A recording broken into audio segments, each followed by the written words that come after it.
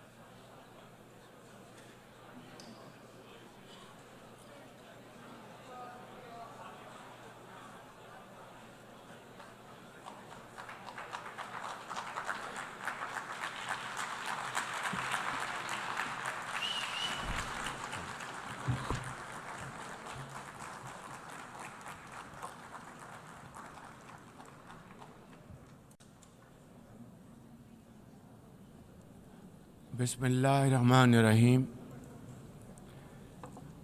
ليس البر أن تولوا وجوهكم قبل المشرق والمغرب ولكن البر من آمن بالله واليوم الآخر والملائكة والكتاب والنبيين وآتى المال على حبه ذوي القربى واليتامى والمساكين وابن السبيل والسائلين في الركاب وأقام الصلاة وآتى الزكاة والمؤفون بعهدهم إذا عاهدوا والصابرين في البأساء والضراء وحين البأس أولئك الذين صدقوا وأولئك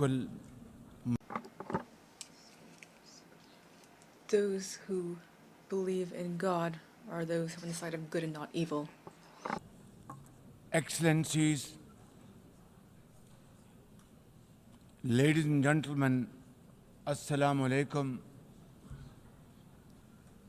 and a very good morning. I wish to congratulate Her Excellency Annalena Baerbock on assuming the presidency of the 80th session of the United Nations General Assembly. I also commend Secretary General Antonio Guterres for his bold leadership of the United Nations in testing times. Ladies and gentlemen, our world is more complex today than ever before. Conflicts are intensifying, international law is being brazenly violated, humanitarian crises are multiplying, terrorism remains a potent threat, disinformation and fake news undermine trust, climate change threatens our very survival, and more so countries like Pakistan. Today, multilateralism is no more an option. It is need of the hour. Excellencies, Pakistan's foreign policy, guided by the vision of Quaid-e-Azam Muhammad Ali Jinnah, is based on peace, mutual respect, and cooperation. We believe in the peaceful settlement of disputes through dialogue and diplomacy. Last year, from this very podium, I had warned that Pakistan would act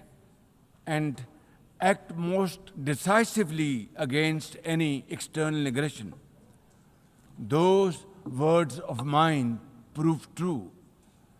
I hope it didn't. But then that is destiny. When in May this year, my country confronted unprovoked aggression from our eastern front, the enemy came shrouded in arrogance. We sent them back in humiliation, delivering our bloody nose. Excellencies,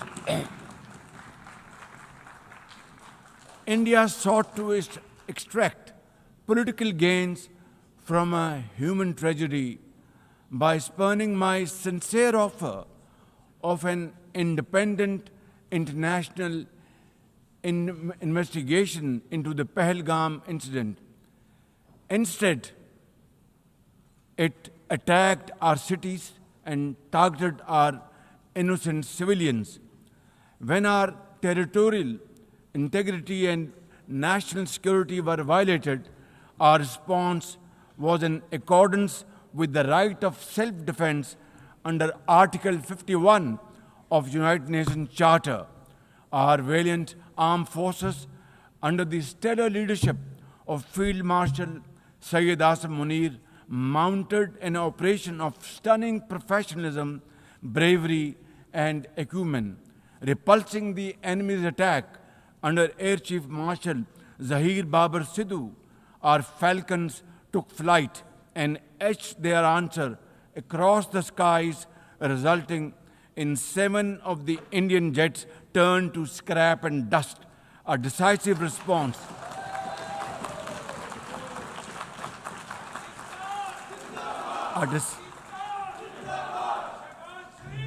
A decisive response to the aggressor that will echo through the annals of history.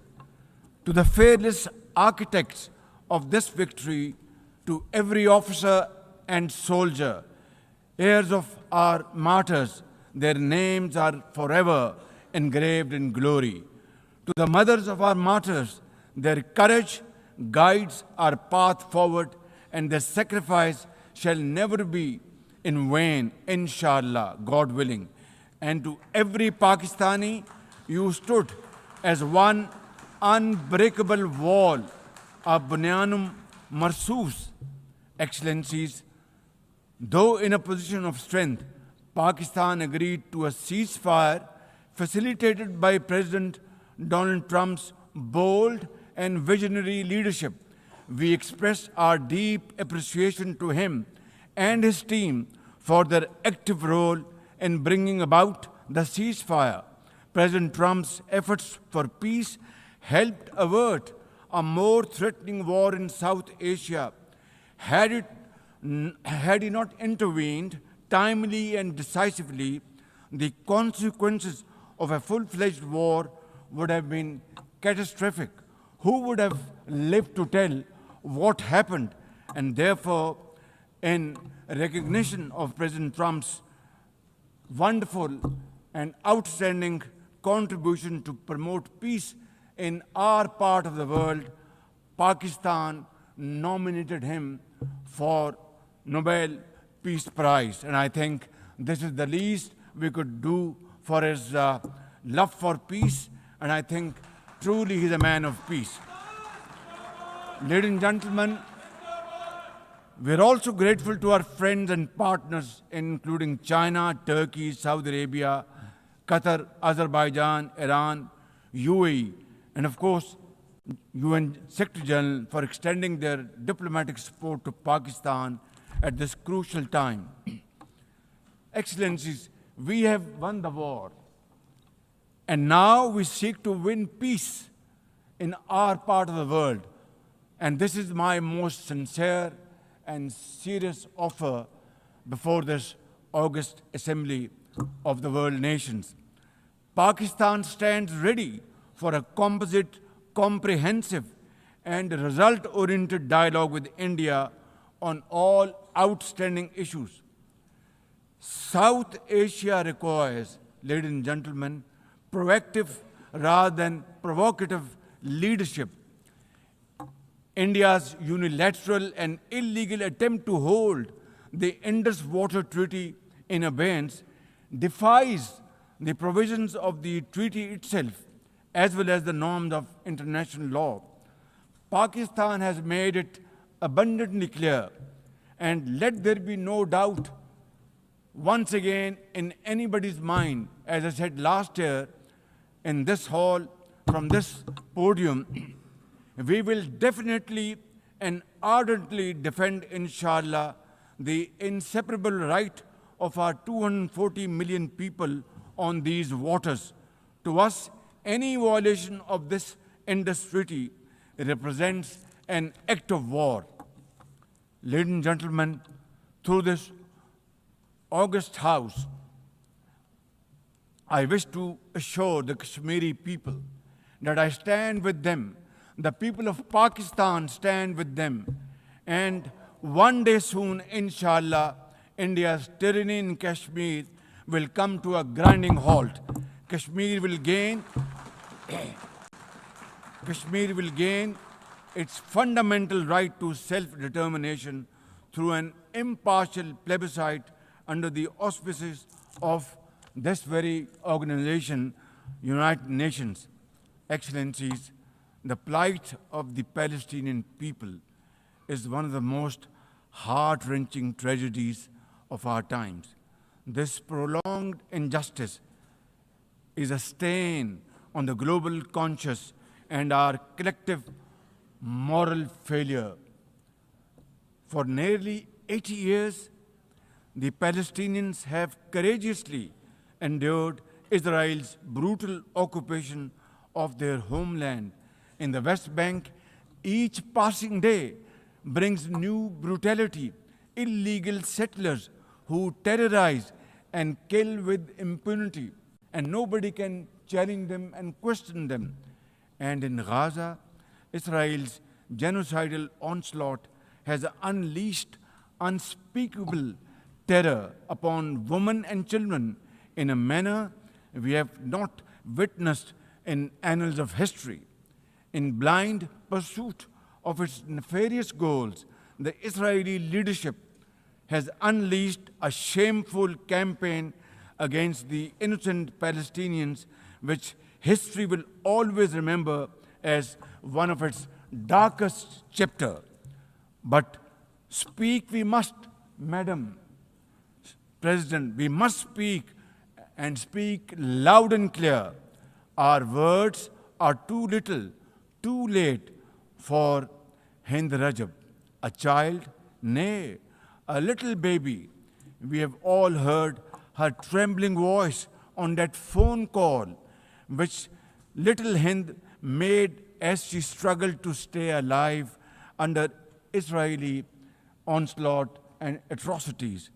Can you imagine that little girl, Hind Rajab, as if she was our daughter? Can you imagine not having the compassion to spare her life? My agony and the agony of the entire Muslim Ummah, indeed, I think, the agony of all the nations on the planet is that we failed Hind Rajab, and she will not forgive us in this world and the world hereafter. As they say, ladies and gentlemen, the smallest coffins are the heaviest to carry. I, for one, would know for I too carried the tiny coffin of a 7-year-old Irtiza Abbas during the recent confrontation with India. He was only 6 years old. Therefore, we cannot and we must not fail these children of Gaza or any child anywhere in the world. We must find a path to a ceasefire now and just now. Pakistan firmly supports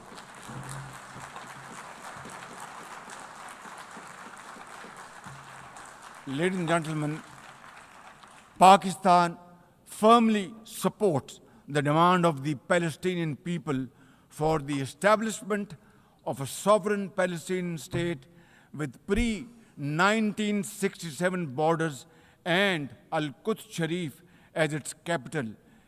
Palestine can no longer remain under Israeli shackles. It must be liberated and liberated with full commitment and with full force.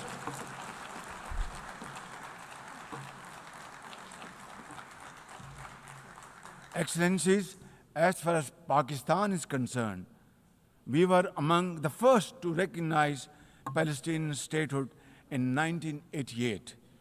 And now we welcome the recognition of the state of Palestine by a number of countries recently around the globe, and urge others to also follow suit, because time and tide wait for none.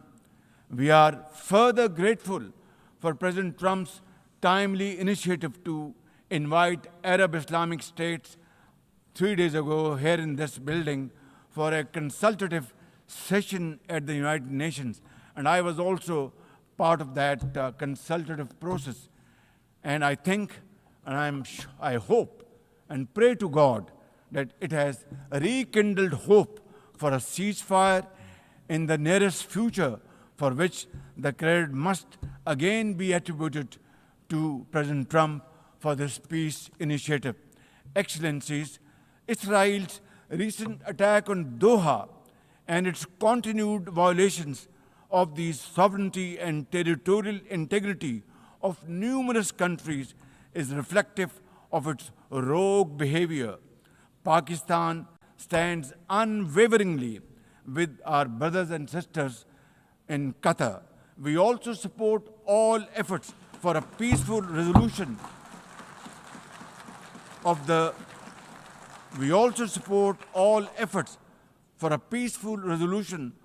Ukraine conflict in line with the UN Charter to end human sufferings and global turmoil caused by this protracted war.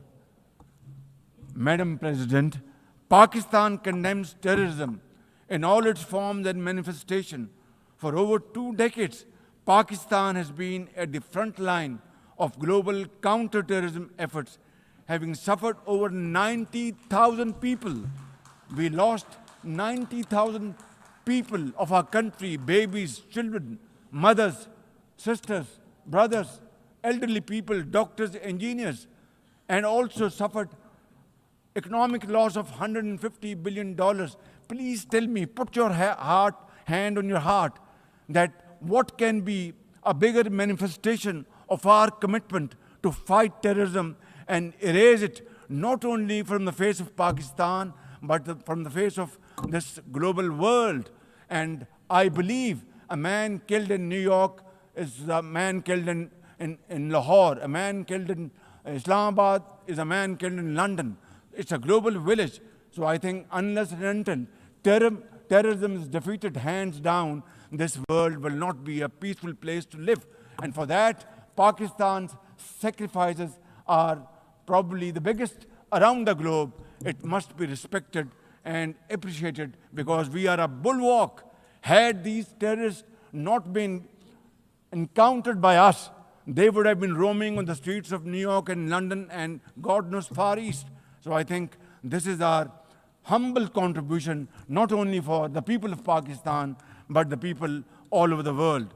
Today we face externally sponsored terrorism, particularly from foreign-funded groups such as the TTP, Fitna al-Khawarij, Fitna al-Hindustan, BLA, and its Majid Brigade. Operating from Afghan soil, these groups are responsible for some of the most heinous attacks inside Pakistan, including the dastardly Jafar Express train incident earlier this year, the train was hijacked and 400 people were kept for days and weeks. And mercifully, by Allah Almighty's grace, our armed forces and law enforcing agencies were able to recover them. Now, as an immediate neighbor and a brotherly country of Afghanistan, Pakistan has a direct stake in a peaceful Afghanistan. We believe that the key to development and prosperity lies in regional stability and connectivity. Pakistan continues to engage with all partners to extend humanitarian assistance, promote economic recovery, and encourage inclusive political framework in Afghanistan. The interim Afghan government must, however, uphold human rights, including women's rights. Above all, we expect that Afghan interim government to take effective action against terrorist groups and to ensure that Afghan soil is not used for terrorism against any country. Ladies and gentlemen, there must be no space for hate speech, discrimination, or violence against any person or against any religion.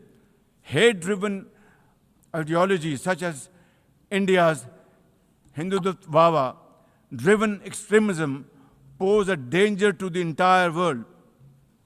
While there is growing recognition of the dangers posed by Islamophobia, the imperative of effectively combating this menace can hardly be overemphasized.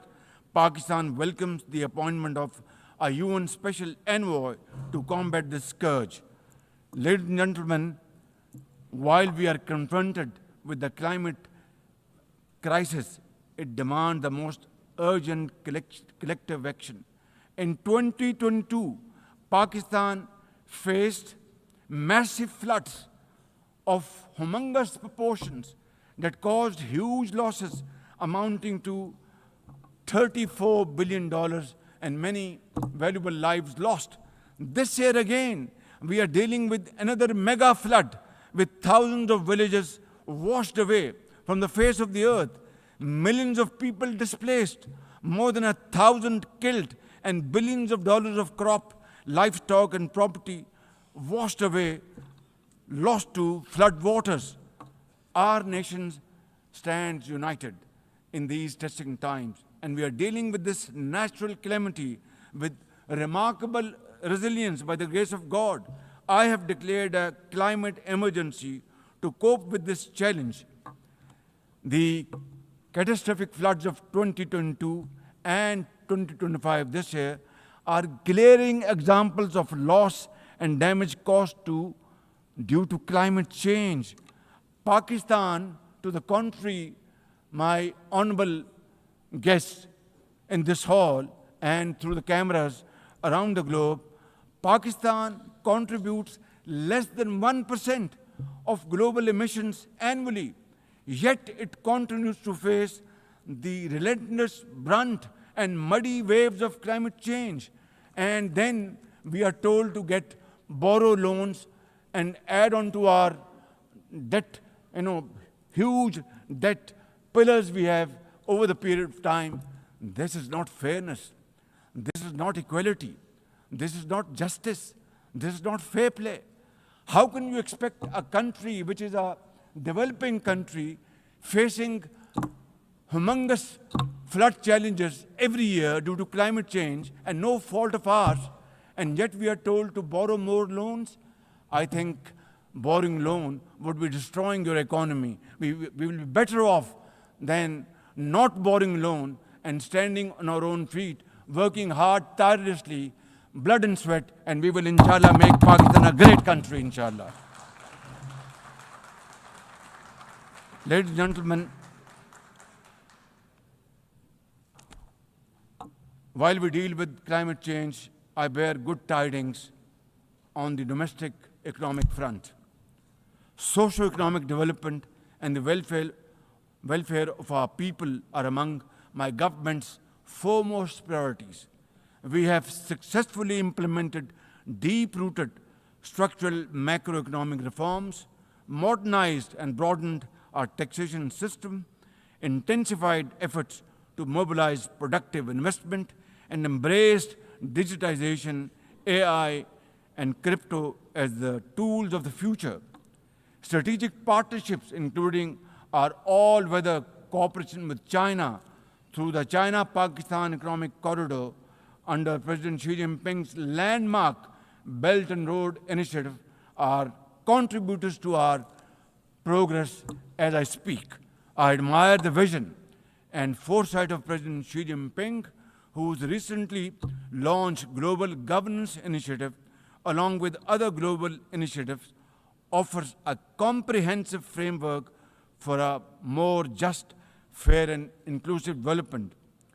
Excellencies, as a non-permanent member of the UN Security Council, Pakistan is playing its constructive role in conflict prevention.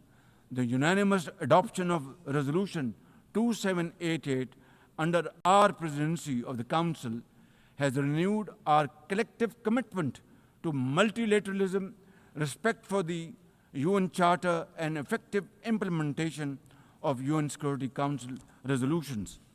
Excellencies, at the end, let me assure you that Pakistan will always stand for peace, justice, and development, for a revitalized United Nations, and for cooperative and multilateralism that is fair and inclusive and delivers for all.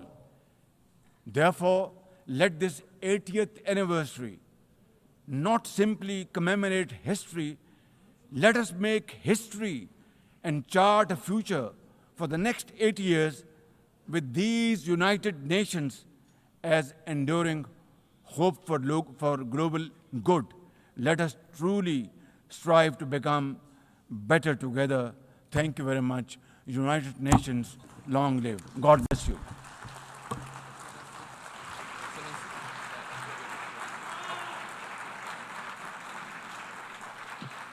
On behalf of the Assembly, I wish to thank the Prime Minister of the Islamic Republic of Pakistan.